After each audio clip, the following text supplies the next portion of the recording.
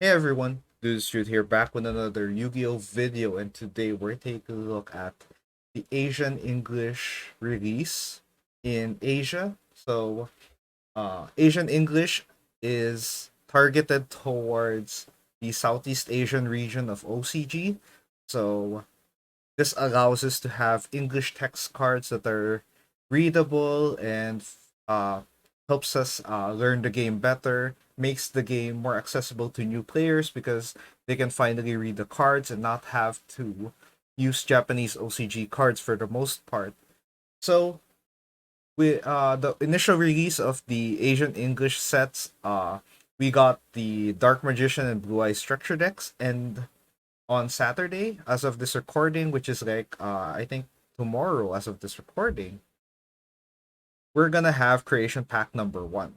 So pack number one, we just got word on what it contains, and it's pretty spicy, and it's also pretty interesting because it contains a lot of archetypes, and some of them still need their support, while some of them can be played as is and can dominate right out of the box. So let's take a look at the best decks of the Asian English format post Creation 1.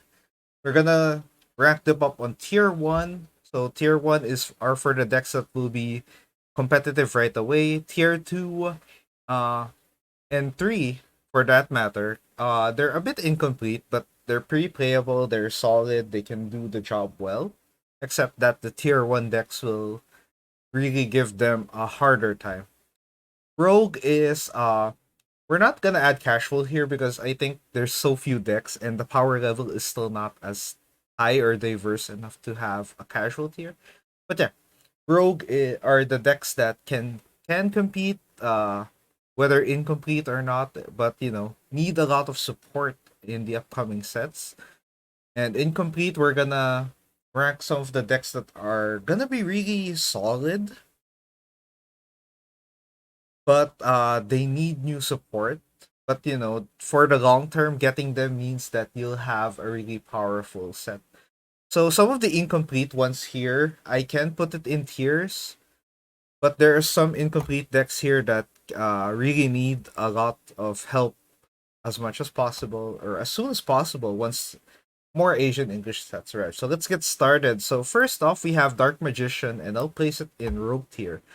So I think in if you're gonna pick between Dark Magician or the Blue Eye Structure deck, Dark Magician wins out because not only Dark Magician has the better power up pack because it has Drolan Lockbird, it has Ghost Ogre and DD Crow on that power up pack, and those are on Secret Rare, which looks really good.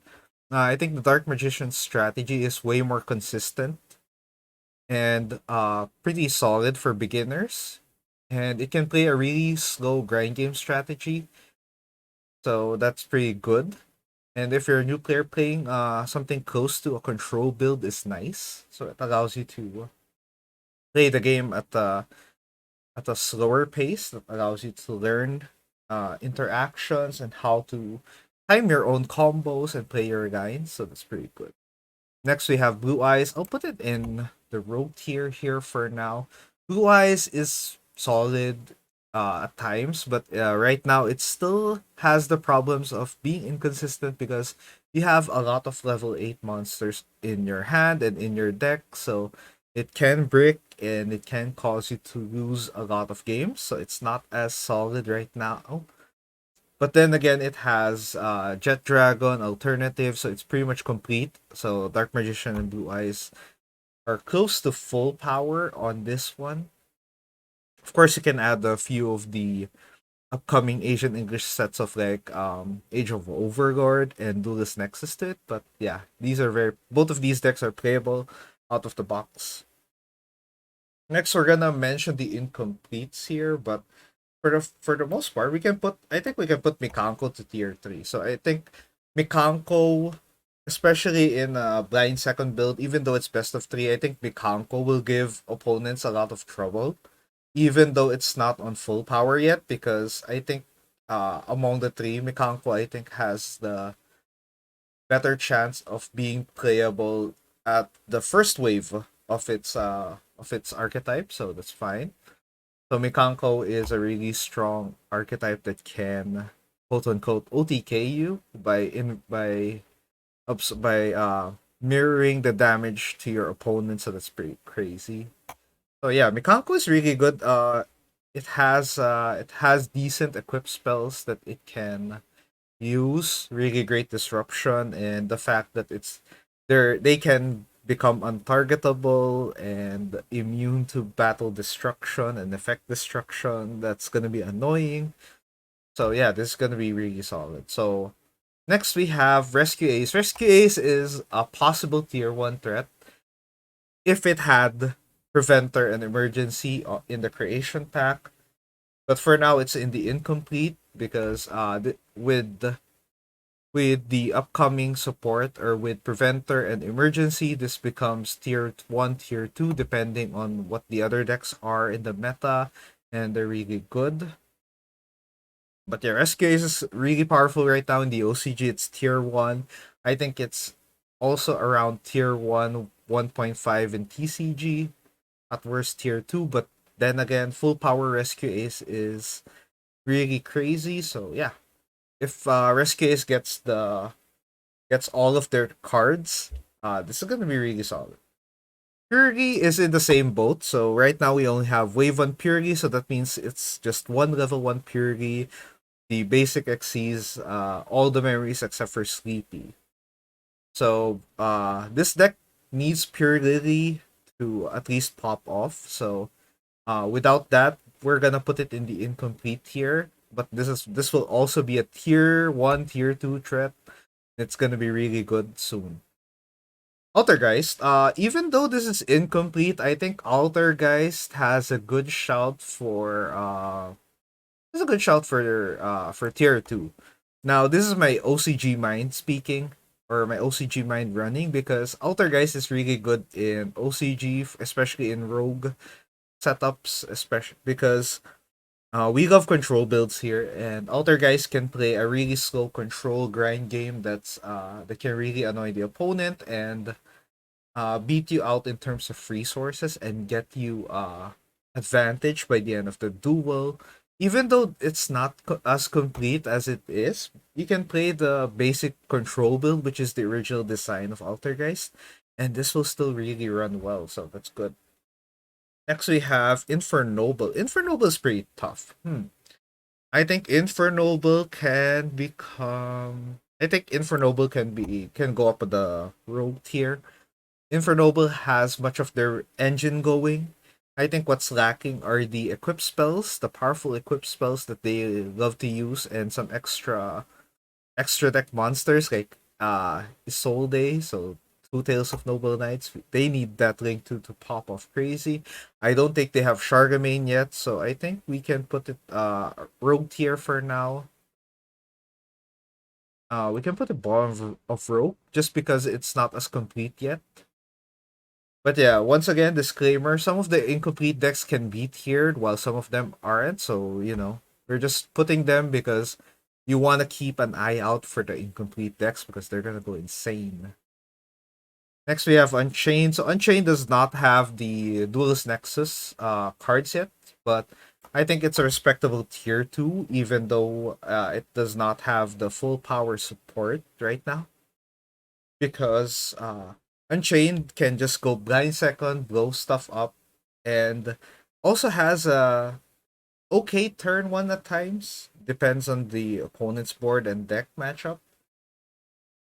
Unchained is really good. It's a really popular deck here in the Philippines. OCG loves this deck. TCG even more so because it's tier 1 over there at full power.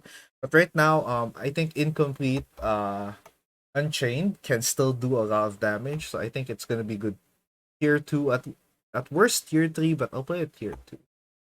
Manadome or Manadium. Now for this one, I think we can put it in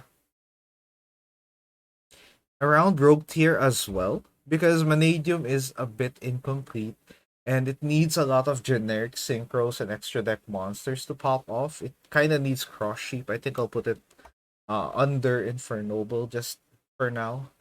Now, the only reason I'm putting Infern Noble and Manage under Blue Eyes and Dark Magician is because of how complete these two decks are. Because they have a structure deck, so it's kind of unfair for these two guys here. But yeah, Manadium is gonna be really good. I think you can mix it up with the next archetype we're gonna put on the tier, which is Scareclaw. I think Scareclaw can. I think this is a really good tier 3 deck because Scareclaw with just pure with Tryhard can go really hard. I think mixing up with Vanadium you can up the tier to tier 2, which I think it can work. I think if you combine Vanadium and Scareclaw, you'll get a tier 2 threat. But I think tier 3 is fine for now, so that's gonna be good. Synchron. I think Synchron is gonna be a really good tier 3 deck as well. Because it has much of the parts. I think it mostly needs the extenders and other generic extra deck monsters like Baron the Fleur, uh which is essential for this deck to give you a really solid board.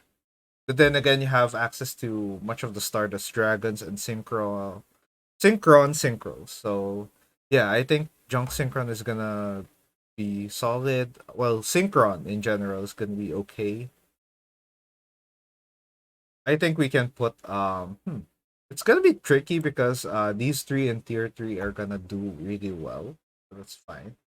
Next we have Nemleria or Nemrelia, so this I think incomplete, so it has too few cards to do anything as a deck, so I'm gonna put it here. But Nemrelia is gonna be a pretty interesting rogue strategy if you wanna play something different outside of the regular combo mid-range control meta. It's gonna be really good.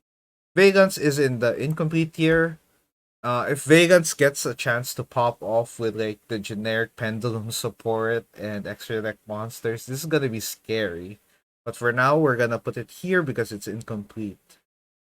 Your Sartic, I think we're gonna just put this at the bottom of Rogue mainly because it works. It has much of its engine going. I think like most of the decks in the creation pack, it just needs some of the powerful generic monsters. But the fact that your Sartics got pretty much most of their cards, so that's fine. They're fine. Now for the last two decks, I think Runick is gonna be the best deck in the creation pack because even though you don't have floodgates, you have access to free fountain since the ban list hasn't been updated post creation pack. And you have Hugin, you have Gary, you have Moonin, you have the full pure runic package. You don't need Gary that much. You don't need the Frecky, I mean. You don't need Frecky as much in pure runic stun builds. If there are floodgates in the next Asian English sets and runic is doesn't have any hits, yeah, Runic is gonna be the best deck in Creation Pack. It's a really powerful stun strategy that you can just uh, banish your opponent's deck slowly, wreck their resources, destroy their card pool, prevent them from extending. So yeah, it's gonna be really good. I think it's the best deck right now. Now for the top of tier 2, I think the second best deck in Asian English is Dinos. So Dinos alongside Jurak and Evil Zars are in the creation pack, even though it does not have the generic extra deck monsters. Once again, no surprise there. It had the fact that Tolka and Lagia are there is insane. You have Ultimate Conductor Tyranno, you have Miscellaneous Source and Oviraptor. You have the baby dinos to allow you to extend. So at the very least, you have a really competent core. At worst, this is like tier 3 rogue, but yeah, it's closer to full power than most of the decks are here. So, it does not have, I don't think it has Transcendrake or Transcendosaurus, but it's fine. I think Dinos and Runic are gonna be two of the best decks that you can pick up and play out of the box in Creation Pack, and that's a pretty interesting format. But for now, this is it for the tier list, and um, There's gonna be there will be a rarity collection release in January, and Creation 2 will be coming out soon enough as well. So the tier list will be changing. So expect a new tier list by that time. I'll be making videos. So this is a pretty new video concept for me because I don't think I cover too much of paper Yu-Gi-Oh, especially in Asia, but I plan to cover OCG and Asian English in the coming months, because I think we have something good here, and I think the entire scene needs content that's accessible to people, so we can learn Yu-Gi-Oh here in Asia a bit easier than before. So yeah. I hope you enjoyed this tier list. If you have other deck recommendations, or if I missed out on any decks in the creation pack, let me know in the comments. If you agree or disagree with the tier list, you can leave comments there. We can have a nice, healthy discussion on this one. But for now, I'll see you in the next video. And thanks for those who are watching. And I'll see you in the next video. So, goodbye, guys.